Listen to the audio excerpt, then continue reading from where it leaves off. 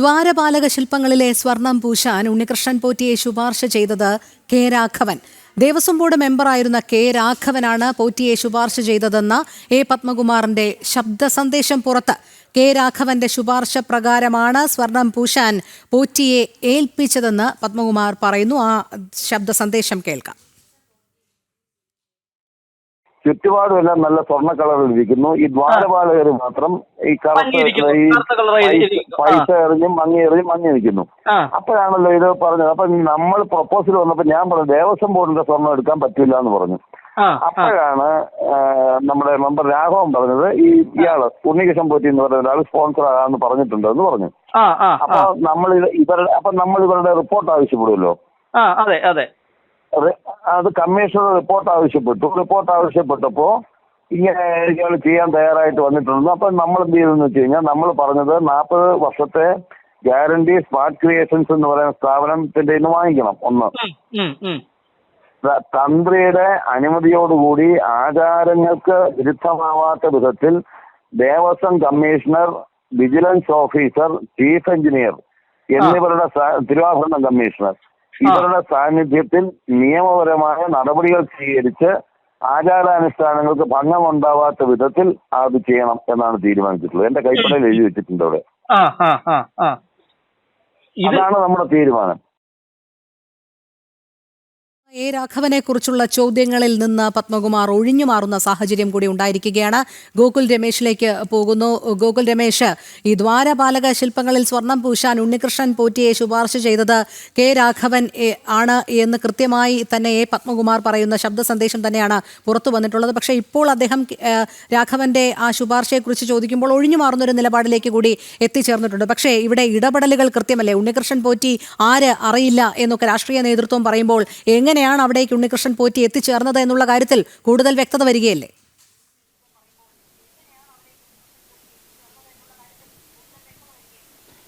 രോഹിണി, തീർച്ചയായിട്ടും അങ്ങനെ തന്നെയാണ്. അതായത് ഈ ഉണ്ണികൃഷ്ണൻ പോറ്റിയെ അറിയുകയില്ല എന്നുള്ള ഇവരുടെയൊക്കെ നിലപാടിന് വിരുദ്ധമാണ്. അല്ലെങ്കിൽ ദേവസ്വം ബോർഡ് മെമ്പർ തന്നെയാണ് ഉണ്ണികൃഷ്ണൻ പോറ്റിയെ സ്വർണം പൂശുന്നതിന് വേണ്ടിയിട്ട് ശുപാർശ ചെയ്തത് എന്നുള്ള കാര്യം മുൻ Devaswom board president A Padmakumar തന്നെ വെളിപ്പെടുത്തിയിരിക്കുകയാണ്. അതായത് 2019 കാലഘട്ടത്തിൽ അദ്ദേഹം സന്നിധാനത്തെത്തിയപ്പോൾ ശ്രീകോവിലിൻ്റെ ബാക്കി ഭാഗങ്ങളൊക്കെ സുവർണ്ണ നിറത്തിലായിരുന്നു. സ്വർണം ശോഭയോടുകൂടി തന്നെ നിൽക്കുകയായിരുന്നു. പക്ഷേ ദ്വാരപാലക ശില്പങ്ങൾ മാത്രം സ്വർണം മങ്ങിയിരിക്കുന്നതാണ് കാണപ്പെട്ടതെന്നും അതിന് കാരണമായിട്ട് അദ്ദേഹം പറയുന്നത് ഈ നാണയങ്ങളൊക്കെ എറിഞ്ഞ് കൊണ്ട് അതിൻ്റെ നിറം മങ്ങിയതാകാം എന്നുള്ളതുമാണ് ആ ശബ്ദ സന്ദേശത്തിൽ അദ്ദേഹം പറയുന്നതായിട്ട് വ്യക്തമാകുന്നത്. അതിനുശേഷം ഇങ്ങനെ അതും കൂടി സ്വർണം പൂശാൻ വേണ്ടി ആ ഘട്ടത്തിലാണ് തീരുമാനിച്ചതെന്നും അപ്പോൾ ഇത്തരത്തിൽ ദേവസ്വം ബോർഡിൻ്റെ സ്വർണം ഉപയോഗിക്കാൻ പറ്റില്ല എന്ന് താൻ പറഞ്ഞു. അതിൻ്റെ അടിസ്ഥാനത്തിൽ അന്നത്തെ ദേവസ്വം ബോർഡ് മെമ്പറായിരുന്ന കെ രാഘവനാണ് ഉണ്ണികൃഷ്ണൻ പോറ്റി എന്ന് പറയുന്ന ഒരു സ്പോൺസറുണ്ട്, അദ്ദേഹം ഈ സ്വർണം പൂശാൻ വേണ്ടി തയ്യാറാണ് എന്ന് പറഞ്ഞ് രംഗത്ത് വരികയും ചെയ്തിരിക്കുന്നതായിട്ടുള്ള വിവരം കെ രാഘവൻ തന്നെ ധരിപ്പിച്ചു എന്നുള്ളതാണ് എ പത്മകുമാർ പറയുന്നത്. ആ കാര്യം കൃത്യമായിട്ട് ആ ശബ്ദ സന്ദേശത്തിൽ അത് വ്യക്തമാവുകയും ചെയ്തിരിക്കുന്നതാണ്. അങ്ങനെയാണെങ്കിൽ ഈ കെ രാഘവനാണ് ഉണ്ണികൃഷ്ണൻ പോറ്റിക്ക് പിന്നിൽ, അയാളെ അവിടേക്ക് കൊണ്ടുവന്നതും സ്വർണം പൂശാൻ ഏൽപ്പിച്ചതും എന്നുള്ള കാര്യം ഏറെക്കുറെ വ്യക്തമായി കഴിഞ്ഞിരിക്കുകയാണ്. കെ രാഘവന്റെ പങ്കാണ് ഇനി ഇതുമായി ബന്ധപ്പെട്ട് അന്വേഷിക്കേണ്ടത്. കെ രാഘവൻ CPM-ന്റെ പ്രമുഖ നേതാവ് കൂടിയിട്ടാണ്, മുൻ MLA അടക്കം ഉള്ള ആൾ കൂടിയിട്ടാണ് കെ രാഘവൻ.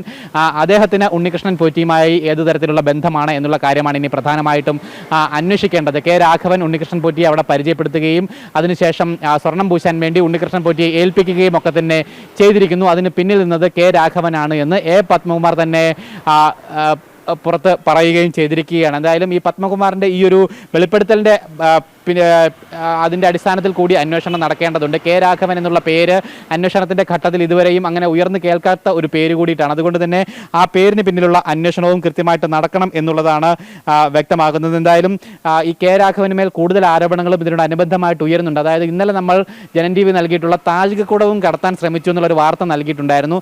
അതിന് പിന്നിലും കെ രാഘവൻ്റെ ഇടപെടലുകൾ ഉണ്ട് എന്നാണ് ആ സമയത്ത് സന്നിധാനത്തുണ്ടായിരുന്ന ചില ആളുകൾ നമ്മളോട് വ്യക്തമാക്കിയിരിക്കുന്നത്. അതായത് സന്നിധാനത്തെ ശ്രീകോവിലിന് മുകളിലുള്ള താഴികക്കുടങ്ങൾ അവിടെ നിന്നും ഇളക്കി സ്വർണം പൂശുന്നതിന് വേണ്ടി പമ്പയിലേക്ക് കൊണ്ടുവന്നു എന്നുള്ളതായിരുന്നു ഇന്നലെ നമ്മൾ നൽകിയ വാർത്ത. അതിന് പിന്നിലും ഈ കെ രാഘവൻ എന്ന് പറയുന്ന ദേവസ്വം ബോർഡ് മെമ്പറുടെ ഇടപെടലുകൾ ഉണ്ടായിരുന്നു എന്നുള്ള ആരോപണവും ഇതിനോടനുബന്ധമായിട്ട് ശക്തമായിരിക്കുകയാണ്. അങ്ങനെയാണെങ്കിൽ സന്നിധാനത്തെ താഴികക്കുടം ഉൾപ്പെടെയുള്ള വസ്തുക്കൾ, അതോടൊപ്പം തന്നെ ഈ ദ്വാരപാലക ശില്പങ്ങളുടെ സ്വർണ്ണപ്പാളി ഉൾപ്പെടെയുള്ള വസ്തുക്കൾ മാറ്റുന്നതിൽ കെ രാഘവന്റെ പങ്ക് കൃത്യമായിട്ട് വ്യക്തമാകുകയാണ്. മുൻ ദേവസ്വം ബോർഡ് പ്രസിഡന്റ് തന്നെ അദ്ദേഹത്തിന്റെ പങ്ക് വ്യക്തമാക്കി കഴിഞ്ഞിരിക്കുകയാണ്. ഇനി എന്തായാലും അന്വേഷണം അയാളിലേക്ക് കൂടി എത്തുമോ എന്നുള്ള കാര്യം മാത്രമാണ് അറിയേണ്ടതായിട്ടുള്ളത്. രോഹിണി. ശരി, ഗോകുൽ രമേശാണ് വിവരങ്ങൾ നൽകിയത്.